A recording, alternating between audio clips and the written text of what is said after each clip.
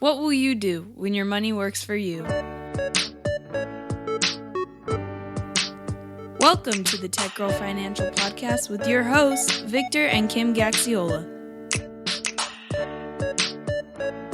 From the home office in California, here is Victor and Kim.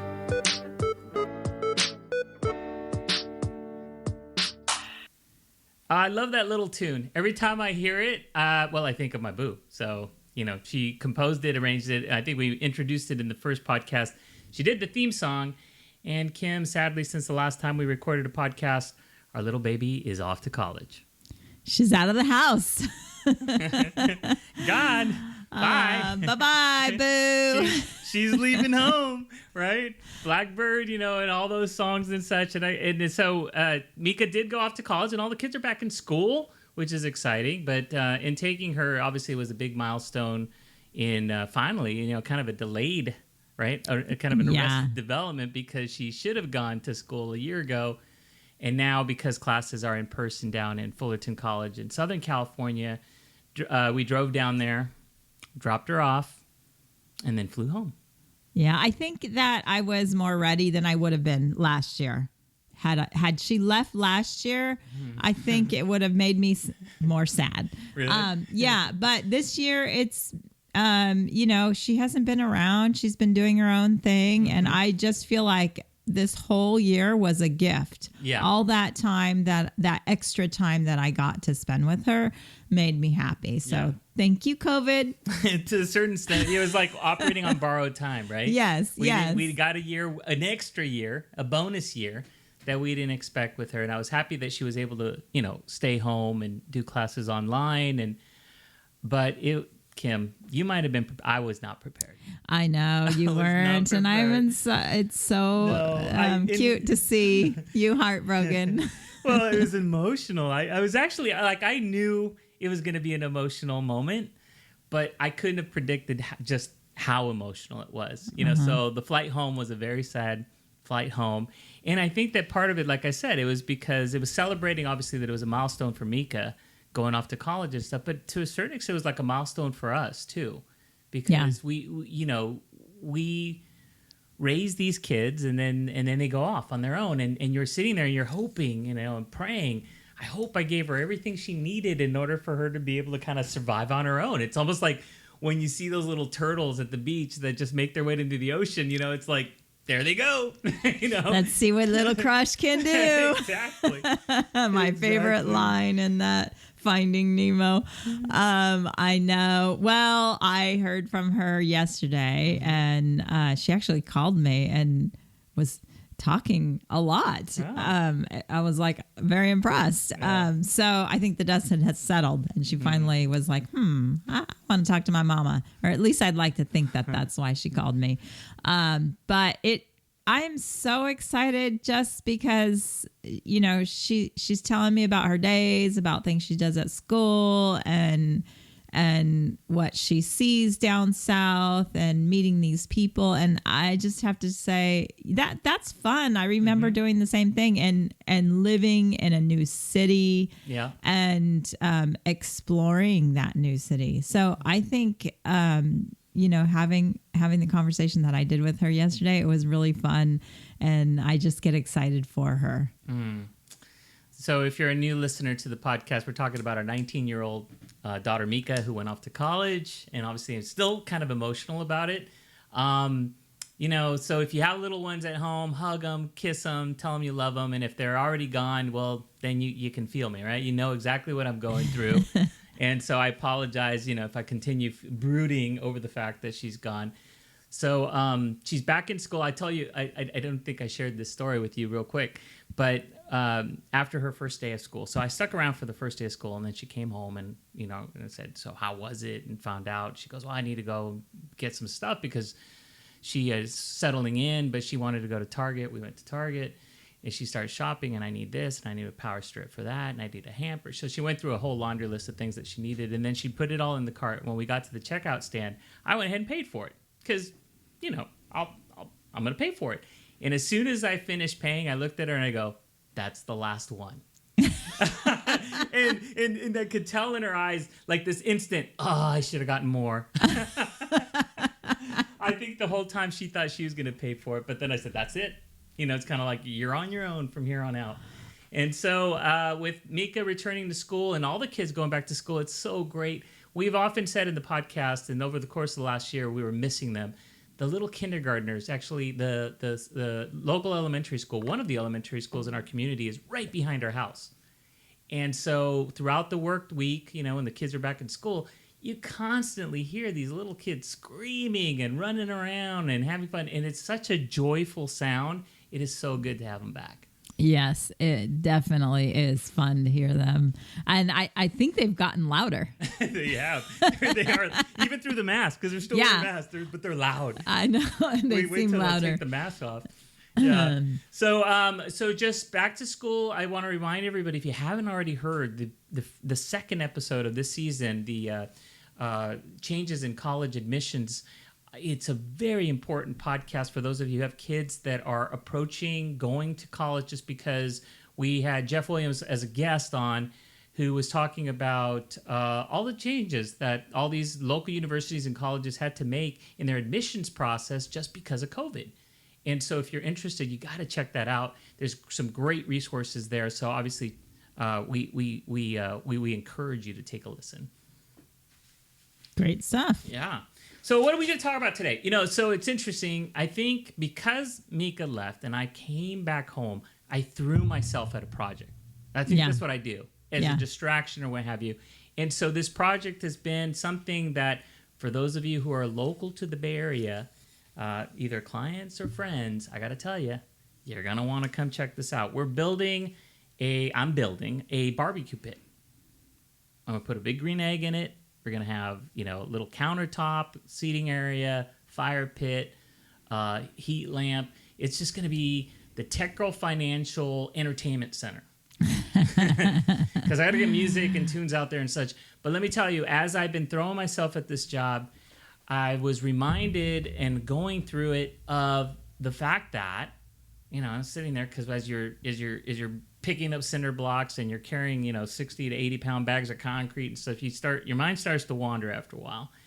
And I thought, Kim, we've never actually explained to people what our financial planning process is, like exactly how we work with clients. Well, and this goes, take a step back for this, because you're doing this barbecue kitchen island outside for a barbecue, but we have to start with back when we started in the business in 2004 when we did this together. Yeah. And we were thinking about the kinds of clients that we wanted. And you had a test for people. Mm-hmm. And it was like, could they pass the barbecue test? That's right. In other words, would these be people we enjoyed hanging out outside at our house with the barbecue? Mm-hmm. And so, great to say, like 17 years later, that yes, I want to barbecue with all my clients, because they're just an extension of my family and friends. Mm-hmm. And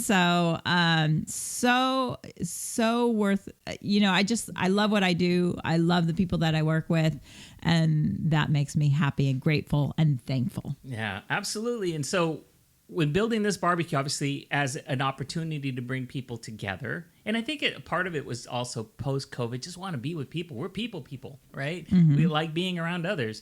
And so it was like, how can we build something to encourage people to come over and spend some time and just reconnect, right? And nurture these relationships that we develop.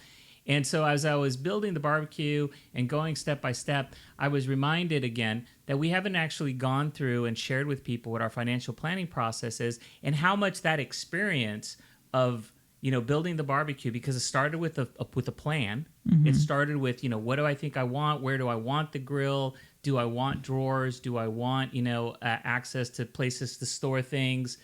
And so started drawing out a plan. Well, actually, and you skipped to the detail, because really it was like, what did you want to do? The end goal was you wanted to entertain family and friends and be able to enjoy them while you're cooking. Mm-hmm. And so, if we're going to really talk about the financial planning process, We could get really down into the details. What kind of shelves? What do you want in it? All the functionality. But we got to say, hold on, let's have that conversation. And that's like the most difficult sometimes for clients that are further away from financial independence or retirement, is to really sit back and think, what do I want from myself? Exactly. Or for our family. And so think back, even we did a bunch of work with Yard Zen, a company, to do the plans for our yard. And that was the very first thing they asked me is, what do you want to use this space for? And so I think if you're going to get anything out of the financial planning, you really have to think first step is, what are you doing this for? What are your goals? What do you want in life? And what are your priorities? Yeah, exactly. And I think part of it is, we often talk, and it's on our website, we talk about the work optional lifestyle, which seems to be the theme that I think we've adopted for ourselves. It's one of these things that I foresee that we were going to continue to work because we enjoy it, not because we have to work. And that's what we're encouraging our clients to start thinking for themselves, because when you're in your 30s or 40s, I think for the most part, it's embedded in our brains in this country that retirement is around 65 to 70 or so, right? And I think a lot of that has to do with Social Security benefits, and that's just been kind of hardwired into people's heads. So when you're in your mid-30s or mid-40s, that's 30 or 20 years away. And so it's hard to envision exactly where you think you want to be at that point. But what you probably do know, or should be established by the time you're 30 or 40, is what you value, what you love, how you spend your free time. Do you like to travel? Do you like to cook? Do you like to fish? When I think of our clients and I think about the people that we know, interpersonal relationships, people have their passions, whether it's mountain biking, whether it's surfing, whether it's running or just being healthy or doing nothing, right? You get to know what these things are. Yeah. And so I think that, as you said, when it comes to thinking about retirement, it's not so much, a day where you stop working. It's kind of like a day you start really living the life you've envisioned for yourself. Right. And here in Silicon Valley, or even across the country, the kind of clients that we work with a lot have restricted stock units, they may have ISOs, and wow, it's so fun to plan with that kind of stuff, because really that can bring you, that can get you ahead. If you learn to live on the net of your check and then you're getting these RSUs quarterly, it's like a bonus. It's not something that you live on, and you save that so that you really can have a work optional lifestyle at some point. And whether that means you want to work less hours, spend more time with your kids or whatnot, think of all the possibilities, and don't rule them out because you think it's never going to be possible. Just think about what you really want in your life before your life rushes by. So those of you that are younger, I encourage you to think about that and have the conversations with your family about that. And for those of you that are older, there's no time like the present to get started. Again, here we work with a lot of people in technology, and even though you say retirement, Social Security, you can collect 62, 65 for healthcare, and all 66, 67, it's changing. But in reality, if you have a really stressful job in technology, you may not last that long. And most people retire earlier from tech companies because it's very stressful and bad and wearing on their health. And so the important thing is to say, hey, if you're enjoying yourself, you like what you do, you like the money, go at it till the day you want to stop working. But I think it's important to plan for an earlier exit because of the stress of the industry. I mean, it's just like an athlete. You cannot be an athlete. You can't play football forever. And so, yeah, they get paid a lot more, but they've got to save that money because they're going to retire a lot younger. That's right. That's right. So a lot of things to consider, and specifically in looking at your own possible retirement, having the conversation. And I think that that's where the process gets started. So typically I usually take the first appointment, which is when people have questions and they really want to know, how we work. Usually when they come to us, or when people do come to us, they have a specific need. Or what we hear a lot is people feeling like they're behind the eight ball, from the standpoint that they should have been doing this a lot sooner, and they're playing catch up at that point. And it's encouraging, and I always let people know, the fact that you're having the conversation is already a step in the right direction. And it's almost like that old, what is it, the saying that says, what's the two best days to plant a tree is, yesterday or 20 years ago and today, right? Yeah. So it's the same thing, I think, when it comes to planning. So what I wanted to break down is to share with everybody exactly how I explain, our process and how we think about financial planning. Go for it. All right. So I started with the conversation. I started basically telling you the story about how we're building this entertainment center. And so there's two main services that we can provide and work with our clients. The first one, and this is where we start with all new engagements, is in the financial planning side. And that is really working with the collection of data and information, having the conversation that Kim mentioned, where we do a deeper dive and try and understand, what it is that you're looking to accomplish, and really kind of unpacking and unbundling exactly what matters to you. In order for us to know where we're going, we need to know where we are. And so it's those two parts. And so I think of that more like being an architect. An architect, explain to people, an architect is going to go ahead and ask you, how many bedrooms do you want? Is it a 1-story? Is it a 2-story? Is it, brick? Is it more, what kind of structure is it going to be? And as they take in all this data, they build a blueprint.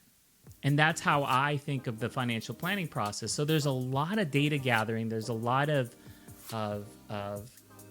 documentation and conversations to really start getting a real clear understanding of where we're starting, where we are, in order to be able to determine where we're going.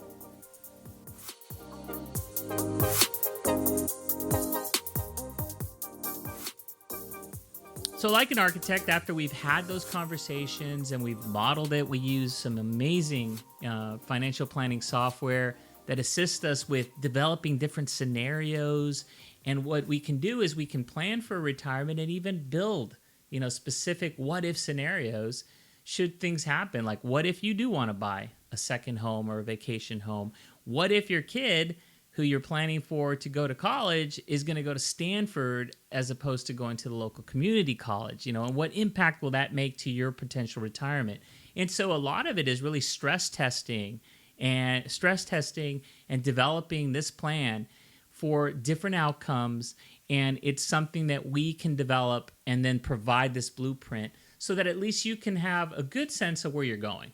Right. And so I had somebody once ask me about the software because it's funny here. There's a lot of software engineers, and they say, so, are you just plugging numbers in to a software? Otherwise, I could do that myself. And I'd say, it's kind of like we'll go back to the hardscape, softscape, or greenscape.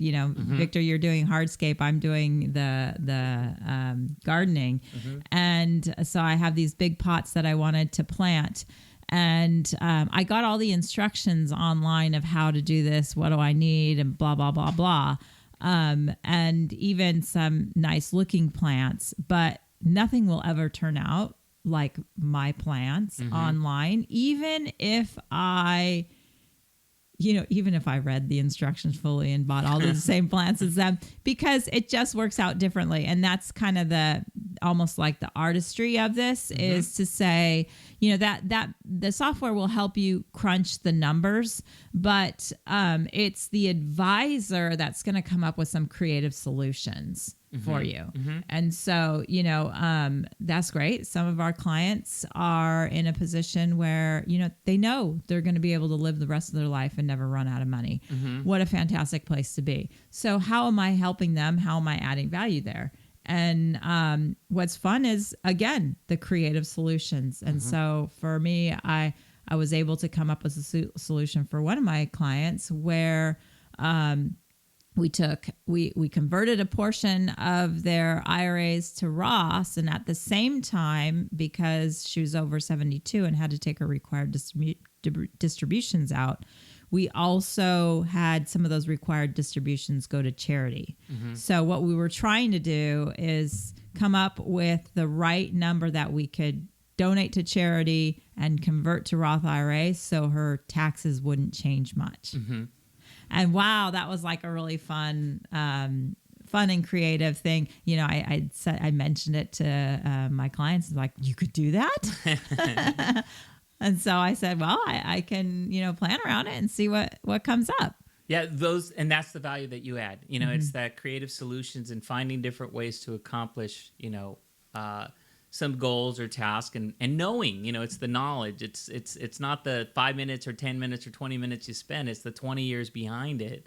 Yeah. That make the difference. And so it's like I said, when you think of an architect, if the person comes and says, I want a 2-story house and I want a spiral and I want an indoor pool and stuff, the architect will take that all in, but say, oh, but this wouldn't be structurally sound. We can't build that.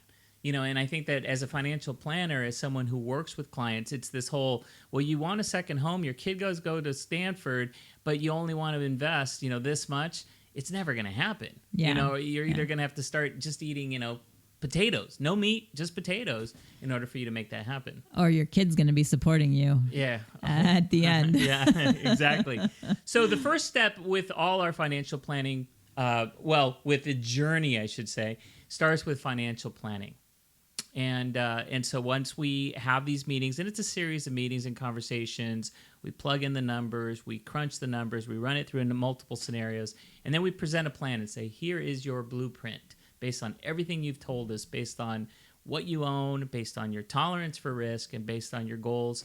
This is what we think is going to be your personal roadmap, your personal blueprint. And then it's not over. No, it's not. So what happens? Okay, so occasionally what happens is we have people who say, hey, great, I love this blueprint, I love this plan, let's build it, right? That's when we change hats and we go from being planner to being the contractor now. And so now this relates to our investment management services. This is where we help you with how you want to structure your portfolio, how to best put together your assets and invest them so that you can meet and build to that plan. Right, because no plan is any good if you don't implement it. Right. There's a quote. Somebody has a quote about that, and I can't remember. It's slipping my head. But I will say that, you could plan all you want to and assume certain levels of returns, but if your investments aren't making those returns, then that plan's not going anywhere. Well, it's like, I think maybe you were thinking of the saying that says, if you failed to plan, you've planned to fail. Yeah, that wasn't it, but that wasn't it. That was a good one too. Something like that, right? So when we wear the contractor hat, in this case, in assisting clients in making better financial decisions on the structuring of their portfolio, it is the fortunate thing is we've gone through the process in the financial planning of uncovering and discovering all the different assets and where they're held. Are they in taxable accounts? Are they in retirement accounts, like an IRA? Are they 401k? Are they in a company? Do they have restricted stock units?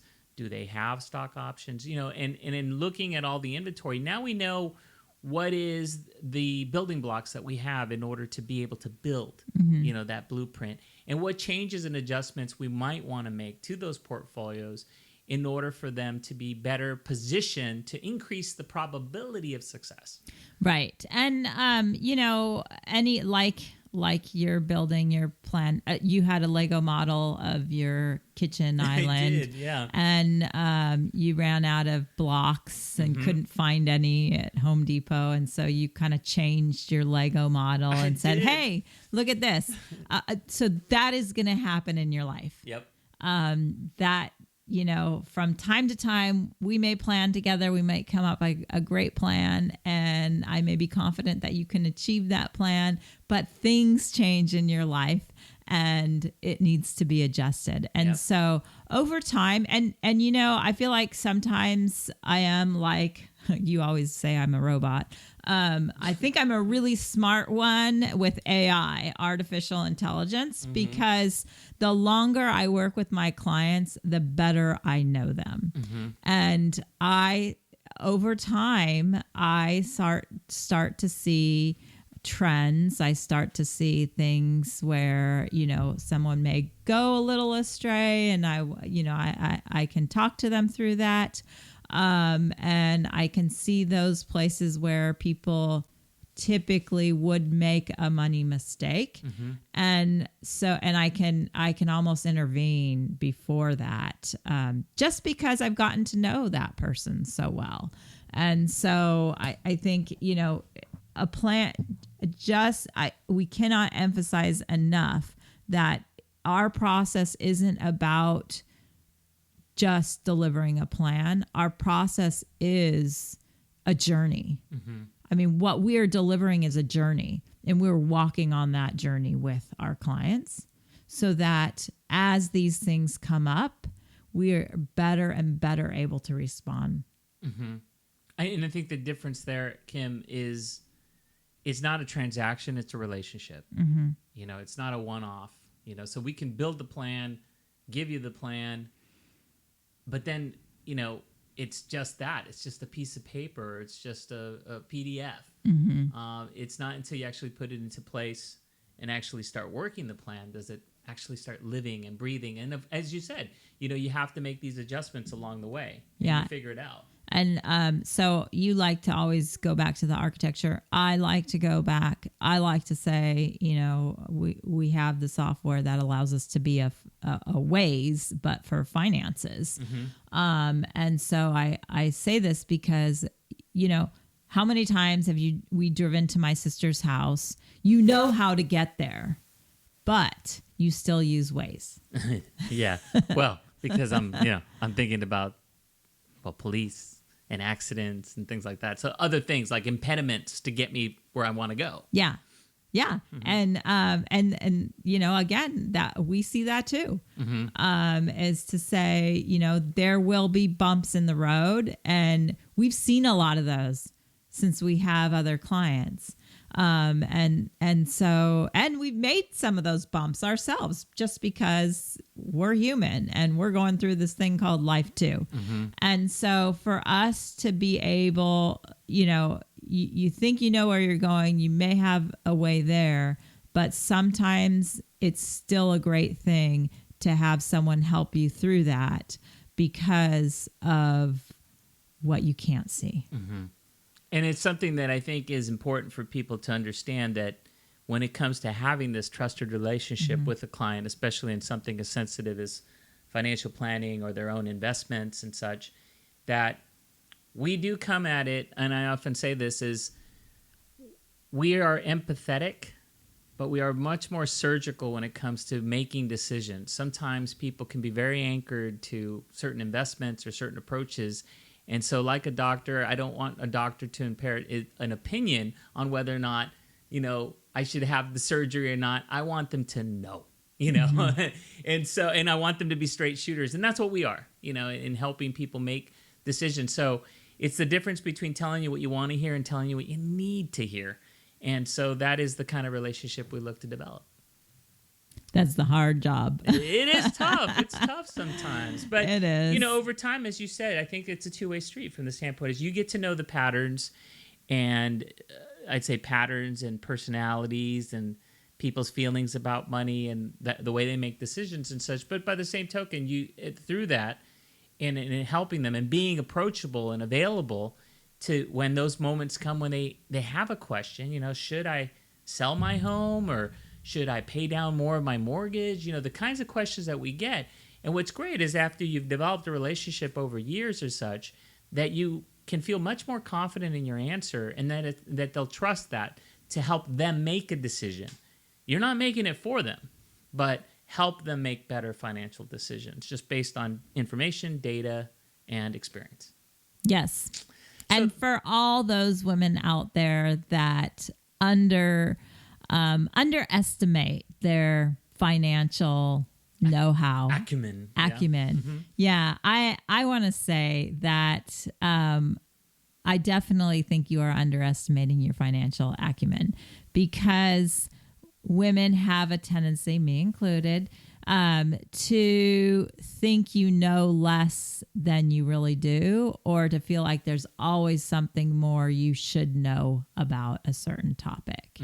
And so what I would say to you is you probably know more than you give yourself credit for.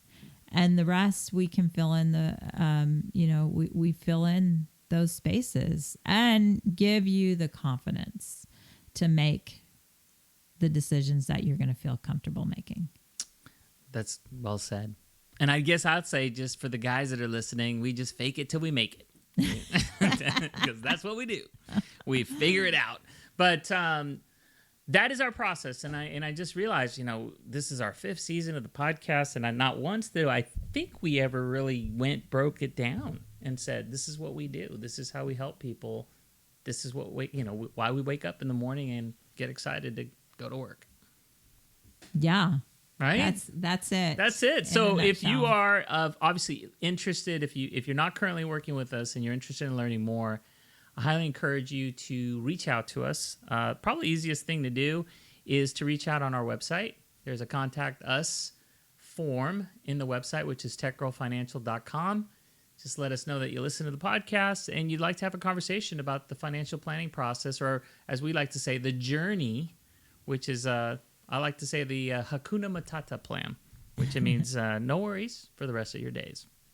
You can also check us out on social media, and we're posting a lot of content. If there's something you want to learn more about, let us know. We'd love to write about it and talk about it. So find us at techgirlfinancial.com. We're on Instagram. We are on Facebook. We are on Twitter. And tweet, LinkedIn. Tweet. And LinkedIn. Oh, and LinkedIn. Of course, LinkedIn. Big LinkedIn. Yeah. The professional network. Reach out, connect. So you listen to the podcast. So thank you so much for listening once again. We are, again, in the 5th season, just rounding up a series of, we're kind of got the lasso out. It's just starting to get the whole wagons in a circle to get some great people to provide their insights. But we wanted to share our insights, selfishly. We'll talk about financial planning. Right? Right. All right. So thanks again for listening, and we'll see you next time. See you later. Bye.